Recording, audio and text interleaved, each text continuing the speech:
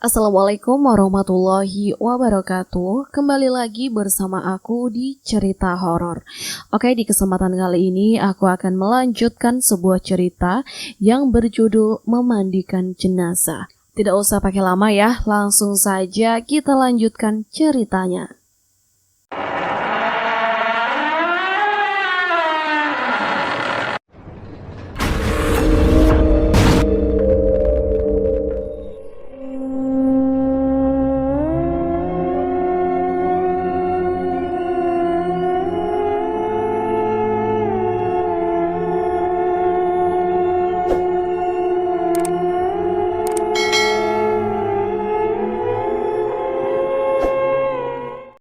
Jamil, duda beranak dua itu sedang duduk termenung di ruang tamu rumahnya, ditemani secangkir kopi panas dan juga beberapa pisang goreng yang sudah dingin.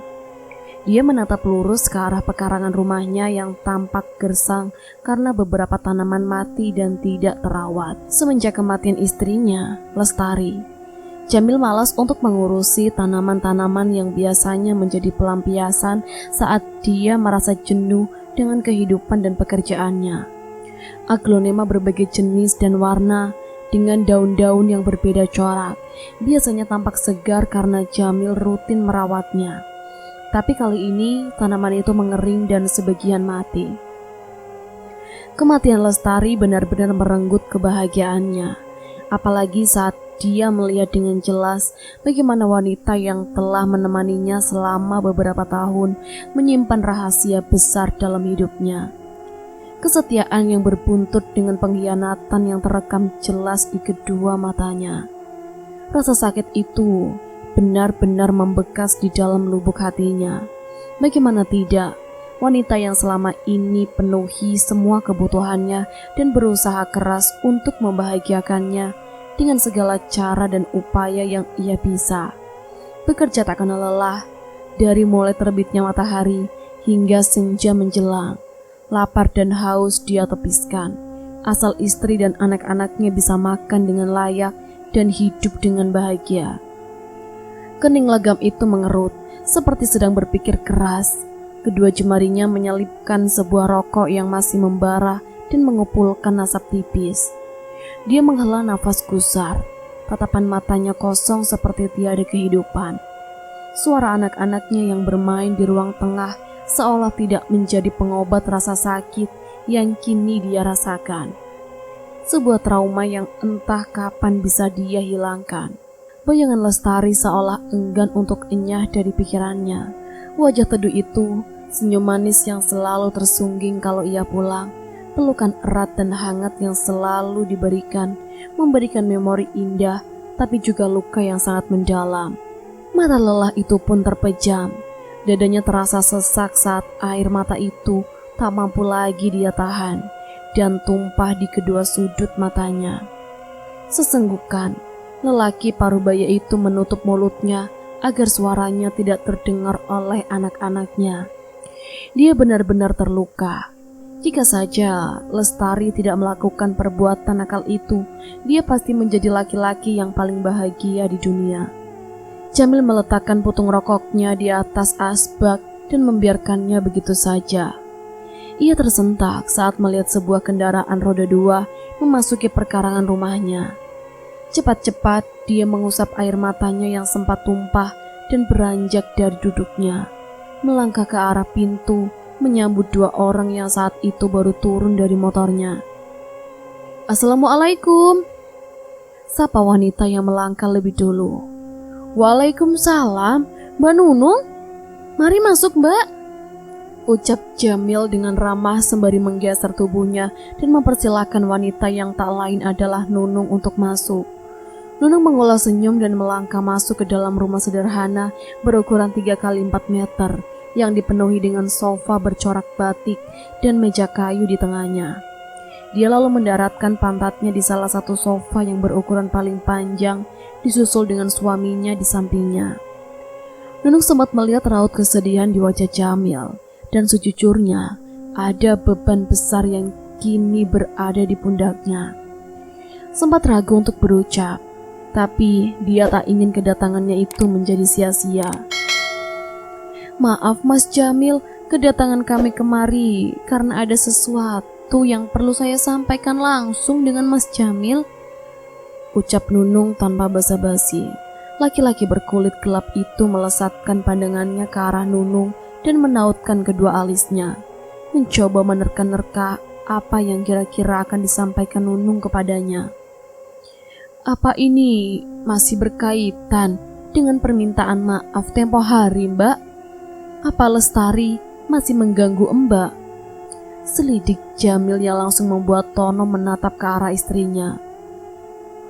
Jantung Nunung rasanya berdebar kencang.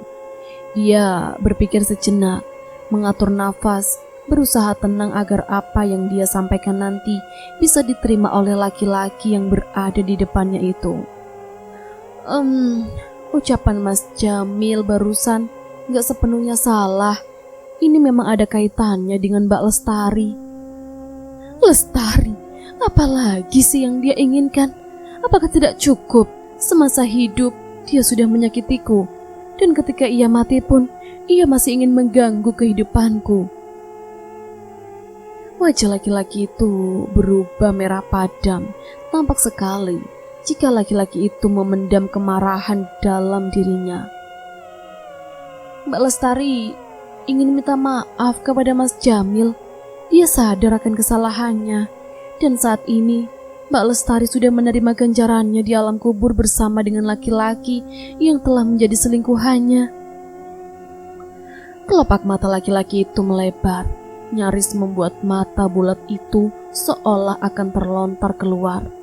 Minta maaf? Setelah apa yang dia lakukan? Apa kurangnya aku hingga wanita itu tega mengkhianatiku? Sampai mati pun aku gak akan pernah memaafkan Lestari yang telah berselingkuh. Biarkan dia disiksa dan membusuk di alam kubur. Suara bariton laki-laki itu menggema hingga membuat kedua anaknya mendekat dan memeluk bapaknya dengan begitu erat. Tangis Jamil pun akhirnya tumpah di dalam pelukan kedua anaknya. Rasanya dadanya semakin sesak. Dia tidak bisa memaafkan Lestari yang sudah melukai jiwanya. Tono mendekat ke arah Jamil dan berusaha menenangkannya. Perlahan, Jamil pun tenang dan menyuruh kedua anaknya untuk masuk ke dalam kamar. Tiba-tiba saja, Nunung merasakan tengkuknya panas dan bulu romanya meremang. Nung, izinkan aku masuk, Nung. Tolong. Nunung terdiam saat mendengar suara lirih tepat di telinganya. Wajah Nunung berubah tegang. Jelas, dia mendengar suara Lestari yang meminta masuk ke dalam tubuhnya. Nunung bingung, bagaimana jika Lestari masuk dan berbuat yang aneh-aneh padanya, atau yang paling menakutkan, dia tidak mau pergi dan mendiami tubuhnya selamanya. Sabar Mas Jamil, kasihan Mbak Lestari jika Mas bersikeras untuk tidak memaafkan dirinya. Ia sudah menerima hukuman di sana. Tono masih berusaha menenangkan Jamil. Nunung hanya mendengarkan suara suaminya, sedang ia dicekam kebingungan. Namun akhirnya, dia mengangguk pelan memberikan izin Lestari untuk memakai tubuhnya. Saat itu jugalah, dia merasakan panas menjalar mulai dari ujung jempol kakinya, naik ke seluruh tubuh dan berhenti di ubun-ubun. Dia pun merasakan sakit seperti ditusuk-tusuk, mual, dan ingin muntah saat itu juga. Detik berikutnya, dia merasakan tubuhnya bergerak dengan sendirinya tanpa ia perintah. Mas Jamil, Lestari minta maaf, Mas. Sontak, Tono dan juga Jamil serentak menatap ke arah Nunung, hanya bisa terdiam. Nung? Tono menatap nanar istrinya yang tiba-tiba menangis sesenggukan. Laki-laki itu melesat ke arah istrinya dan merangkul tubuh itu, sedang Jamil masih terpaku di tempat. Maafkan aku, Mas. Aku salah, Mas Jamil. Nung, sadar, Nung.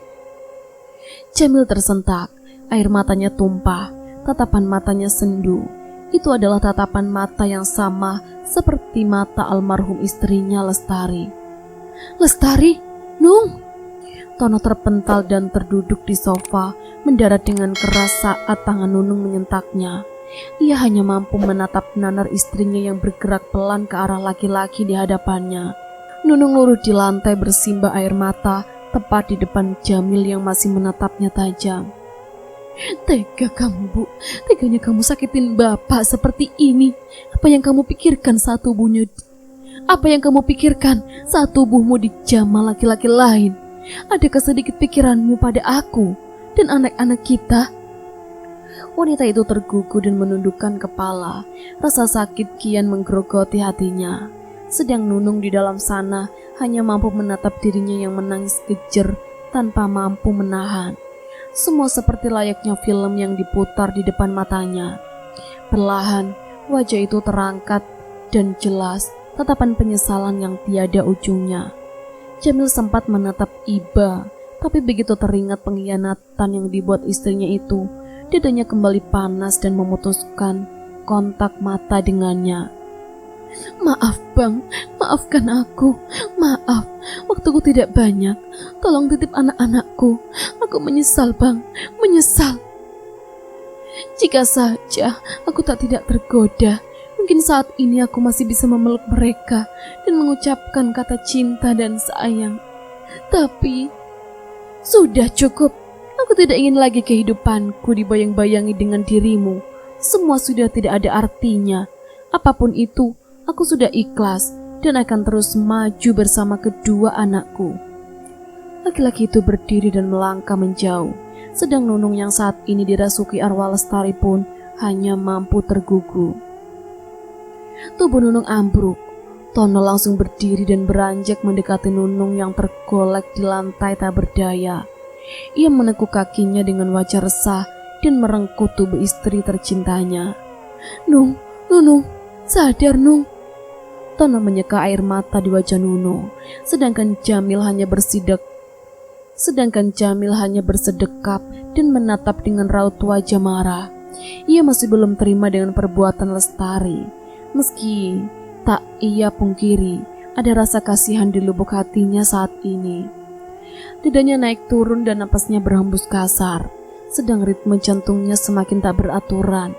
Namun, Jamil segera tersadar dan menutup matanya, mengusap kasar wajah tuanya yang mulai diambangi keriput di beberapa tempat, terutama dahinya. Di ruangan berukuran 3x4 meter itu, Jamil akhirnya menghembuskan napas kasar dan dengan sadar dia berujar, "Pergilah Lestari, jangan lagi ganggu aku dan anak-anakku. Urusan kita sudah usai dan aku sudah memaafkanmu." Ruangan yang semula panas terasa lebih sejuk dengan angin sepoi yang tiba-tiba masuk dari arah pintu depan yang terbuka lebar. Mata Nunung mengerjap dan mendapati wajah suaminya berada di atas wajahnya dengan tatapan sedih dan gusar. "Nung, kamu akhirnya sadar." Wanita itu mengangguk pelan. Dia berusaha duduk dibantu dengan suaminya. Sedangkan Jamil beralih ke belakang untuk mengambil secangkir air dan gegas membawanya kembali ke depan. Ia menyerahkan gelas itu ke Tono dan laki-laki itu pun langsung menyodorkan ke arah istrinya. Nunung dengan sigap menyergap air itu hingga kandas. Haus yang sejak tadi menjalari perlahan sirna berganti kelegaan. "Nung, apa kita bisa pulang segera?" tanya Tono, tapi Nunung seperti tak mendengarnya. Kali ini Nunung terpaku dan menatap lurus ke arah pintu, di mana dia melihat Lestari yang tersenyum sembari melambaikan tangan. Wajahnya terlihat manis dengan kain putih yang menutupi tubuhnya. Wajahnya tampak bahagia, sedang laki-laki di sampingnya masih dalam keadaan telanjang dan wajahnya pun tampak gusar. Nunung menghembus napas kasar. Tugasnya belum usai. Dia harus segera menemui istri dari arwah penasaran yang sejak semalam selalu mengganggunya. "Tunggu dulu Mas, masih ada satu lagi yang harus Nunung kerjakan." Nunung menyeka keringat yang mengucur di dahinya. Tubuhnya sebenarnya lelah dan sakit-sakit semua, tapi itu dia tepiskan. Mendengar bisikan-bisikan gaib yang sejak tadi menuntunnya, seolah mengerti. Tono membantu istrinya berdiri. Mereka menyempatkan diri pamit pada Jamil yang sudah terlihat lebih tenang dari sebelumnya. "Terima kasih Mbak Nunung, sudah menjadi perantara untuk istri saya. Saya sekarang lega. Mudah-mudahan arwah istri saya juga tenang di alamnya," ucap laki-laki itu dengan tenang. Nunung menyuguhkan senyum, begitu juga Tono. Ada kelegaan di dalam hatinya. Ternyata memandikan jenazah tidak seseram pikirannya. Dia pun merasa senang bisa membantu makhluk lainnya. Setelah berbasa-basi, Nunung mengajak Tono untuk menyambangi rumah marjohan selingkuhan Nunung. Setelah basa-basi, Nunung mengajak Tono untuk menyambangi rumah marjohan selingkuhan Lestari yang sempat meneror Nunung. Ia ingin segera bertemu dengan istrinya Marjohan, dan di perjalanan Nunung merasakan kehadiran makhluk lain di belakangnya. "Tolong sampaikan maafku, tapi jangan sampai istriku tahu perihal kematianku. Aku tidak mau ia tambah sakit hati padamu." Nunung terdiam, mendengarkan bisikan yang tentu hanya dia yang mendengarnya. "Ya, dan setelah itu kau jangan ganggu aku lagi," celetuk Nunung yang membuat suaminya terkejut dan menatap sepion motor tepat mengarah ke arah wajah Nunung. "Kenapa, Dek? Mas ganggu?" Bukan Mas, tapi itu selingkuhan Mbak Lestari," jujur Nunung. "Astagfirullah, sudah ini kamu ruqyah deh Nung. Mas jadi serem dengar kamu bicara sama jin," tugas suaminya sembari menarik gas motor agar kendaraan roda itu melaju lebih kencang. Nunung menjawab, awalnya ia takut, tapi entah kenapa setelah melihat senyum Lestari, ketakutan itu hilang begitu saja, berganti perasaan senang. Sesuai dengan bisikan gaib yang sejak tadi dia dengarkan, Nunung pun mengarahkan suaminya mencari alamat marjohan. Sekitar setengah jam berkendara, mereka akhirnya sampai di sebuah pekarangan rumah yang cukup luas. Motor terparkir tepat di depan rumah. Nunung segera turun dari motor dan matanya mulai liar memperhatikan sekitar. Terlihat asap membumbung dari belakang rumah. Aroma masakan pun menguar.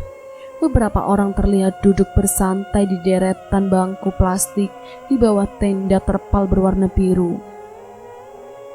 Melihat kedatangan Nunung dan Tono, beberapa orang bapak-bapak yang sedang mengopi itu langsung mengarahkan pandangan ke arah mereka yang melangkah mendekat. "Permisi Pak, saya numpang tanya, apa benar ini rumahnya Pak Marjohan?" tanya Tono sembari menundukkan sedikit tubuhnya. "Benar, ini rumah almarhum Marjohan. Ada perlu apa mencari suami saya? Dia baru saja meninggal." Nunung dan Tono menatap ke arah suara wanita yang sempat mengagetkan. Nunung mendekat ke arah wanita yang berdiri di ambang pintu. Wajahnya terlihat tegang dan matanya penuh selidik. "Apakah Mbak adalah Tiara, istri dari Pak Marjohan?" tanya Nunung setengah berbisik. Wanita itu tampak terkejut dan mengernyitkan dahinya. "Benar, saya Tiara. Kenapa kamu bisa tahu saya? Apa hubunganmu dengan suami saya? Apa kamu selingkuhannya?" Aku terdiam. Bisa-bisanya wanita muda ini begitu saja melontarkan ucapan yang sangat tidak pantas begitu kepadaku. Wajahku seketika memerah, emosi. Apalagi saat menatap mata wanita itu yang seperti mencemooh. Beruntung sebelum aku berkata kasar, Mas Tono langsung menyalipku dan menutupi tubuhku dengan tubuhnya. "Maaf Mbak Tiara, saya suaminya. Kami kesini hanya untuk menyampaikan pesan," sanggah Mas Tono yang langsung membuat wanita yang berdiri menantang itu merubah raut wajahnya. Pesan? Pesan apa?" Ia bertanya dengan lirih dan suara yang bergetar. Tatapannya penuh tanya. "Kalau begitu, masuk dulu," tawarnya ia langsung korespon dengan kelengan. "Saya hanya ingin menyampaikan pesan almarhum suami Mbak. Setelah itu saya akan pulang." Ku tatap wajah wanita itu yang mendadak tegang. Matanya membulat dengan alis yang terangkat. Aku yakin wanita itu syok. Bagaimana orang yang sudah meninggal bisa menyampaikan pesan? "Pesan apa? Kamu siapa?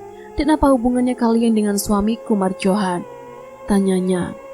Riak-riak air mata mulai terlihat di mata bulatnya. Aku hanya mampu menghela napas sebelum bibir itu terbuka dan bersuara. Rasa kesal itu menguap begitu saja saat melihat raut kesedihan di wajahnya. Sebagai sesama wanita, aku bisa merasakan kesedihan yang kini dia rasakan. Kehilangan suami dan pasangan hidup tidak semudah membalikkan telapak tangan. Apalagi jika dia mendengar cerita yang sebenarnya, bagaimana suaminya meregang nyawa seusai melakukan perzinahan dengan mantan pacarnya. Ingin rasanya mulut ini bercerita tentang semua keburukan laki-laki yang tidak bersyukur mempunyai istri cantik dan masih terlihat muda seperti Mbak Tiara ini. Tapi entah kenapa rasanya aku gak tega, meski itu sebuah fakta. Tapi begitu melihat raut wajahnya, bibir ini begitu sulit untuk mengungkapkannya. Sekali-kali berbohong demi kebaikan, itu tidak mengapa kan? Batinku mulai berbicara. Maaf Mbak, saya didatangi arwah suami Mbak. Kenapa saya? Saya juga tidak tahu. Tapi suami Mbak berpesan.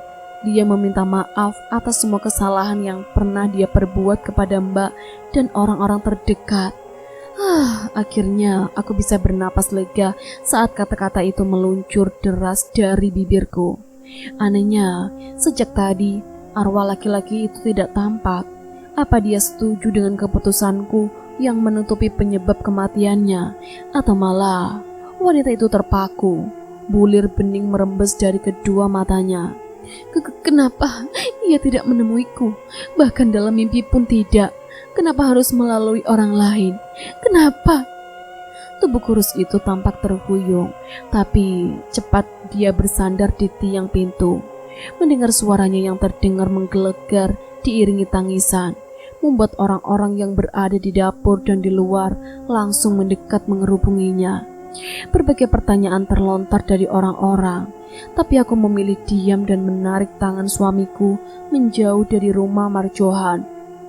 Aku sudah cukup lelah untuk menjadi perantara arwah penasaran yang ingin meminta maaf. Kenapa harus aku? Aku pun tidak tahu. Yang aku tahu, ada perasaan lega saat pesan itu tersampaikan. Apalagi saat melihat senyum si arwah. Beruntung Mas Tono menurut. Dia dengan sigap memutar motor dan tanpa permisi, serta basa-basi, aku dan suamiku meninggalkan rumah itu dengan kendaraan yang melaju pelan. Aku sempat memperhatikan rumah itu ramai dan riuh, tapi aku tidak peduli. Setidaknya tugasku sudah selesai terlaksana. Apakah sudah selesai, Dek? Suara Mas Tono membuatku terhenyak dari lamunan. Baru saja bibir ini mau menjawab, tiba-tiba saja ekor mataku menangkap sosok transparan yang berdiri di pinggir jalan. Bibir pucatnya terangkat, menampilkan senyum yang tanpa sadar ku balas dengan senyuman pula. Dek, iya Mas, gak apa-apa. Arwah itu gak akan ganggu kita lagi. Nunung yakin Mas? Sahutku meyakinkan. Sekilas aku kembali menatap ke arah jalan dan arwah Marjohan sudah tidak ada lagi. Aku lega, berharap arwah Marjohan dan juga Lestari tidak lagi mengganggu kehidupanku dan terbalas dari semua pengalaman gaib yang beberapa hari ini menggangguku. Bu, Nunung mau ke warung Bu Sulis. Ibu mau nitip sesuatu enggak? Tanya Nunung. Sumini menggeleng pelan. Wanita parubaya itu menggerakkan kepalanya dan menatap ke arah luar, di mana anak laki-lakinya sedang menunggu di atas motor. Bu! Nunung mengulangi panggilannya dan Sumini kembali menatap ke arah menantunya dengan wajah gusar. Perasaan ibu gak enak, hawa pun dingin, seperti... Nunung terdiam, tapi tangannya refleks menyentuh kuduk yang tiba-tiba meremang. Ibu jangan berpikiran buruk. Warung Bu Sulis kan dekat. Nunung juga ditemani sama Mas Tono. Nunung berusaha menepis perasaan aneh yang juga muncul dalam benaknya. Nung, cepetan! Nunung terjingkat saat temannya dipanggil dengan lantang. Dia bergegas mendekat, sedang sang mertua hanya menatap nanar. Lama banget sih Nung, cuma mau ke warung aja, ngapain dandan? omel Tono saat istrinya mendekat. "Maaf mas, tadi ngobrol sama ibu sebentar," jelas Nunung sembari naik ke boncengan. Tono tak menjawab. Dia kesal karena sedari tadi menunggu cukup lama. Dia lalu memutar kunci dan tak menunggu lama motor pun menderu, melaju pelan meninggalkan perkarangan yang ditumbuhi tanaman perdu sebagai pagar. Sedangkan Nunung masih terdiam dan larut dalam pikirannya. Sejak tadi dia merasakan hawa yang berbeda, seperti ada yang menatap dan memperhatikan gerak-geriknya. Nunung yang mempererat tegangannya. Sesekali matanya liar mengedar ke jalanan sepi yang mereka lewati. Anehnya, warung besulis yang dekat terasa sangat jauh, dan motor yang dikendarai seolah bergerak pelan seperti keong. "Perasaan kau gak sampai-sampai ya Nung? Tumben juga jalan di sini sepi dan motor kenapa rasanya lambat banget jalannya?" keluh Tono. Tangannya masih berada di kemudi dan pandangannya lurus ke arah jalan yang hanya disinari lampu motor. Gak tahu ya mas," jawab Nunung gugup. Dia merasa ada yang tidak beres. Sementara Tono mulai merasa kesusahan. Tarikan gasnya terasa berat, seperti membawa beban yang melebihi kapasitas. Dia terus memaksa hingga motor tuanya berbatu karena dia tak mampu menarik beban berlebihan itu. Tono terus memaksanya melaju hingga motor itu berhenti seketika. Mogok. "Kenapa mas? Kenapa motornya tiba-tiba berhenti sih?" Nunung yang gelisah turun dari motor dan berdiri di samping suaminya. Tono menghembuskan napas kasar. Dia lalu memandang ke arah istrinya dan turun dari motor. "Mogok Nung, kita pulang aja yuk," ajak Tono. "Mas, apa kita salah jalan? Perasaan jalan ini bukan jalan yang biasa kita lewati kalau ke warung Busulis." Tono terdiam. Dia lalu menyandarkan motornya dan matanya mengedar ke segala arah. Dahinya mengernyit dan setuju dengan ucapan istrinya tadi. "Perasaan mas lewat jalan yang biasa, tapi kok jadi kesini? Sejak kapan di jalan ini ada kebun jagung?" Nunung merapatkan tubuhnya saat ia merasakan dingin di sekitar kuduknya. Jantungnya pun berdetak kencang saat tiba-tiba melihat pergerakan di antara kebun jagung. Dia pun terjingkat saat melihat sosok perempuan keluar dari ladang jagung dan melangkah ke arahnya. Mira!"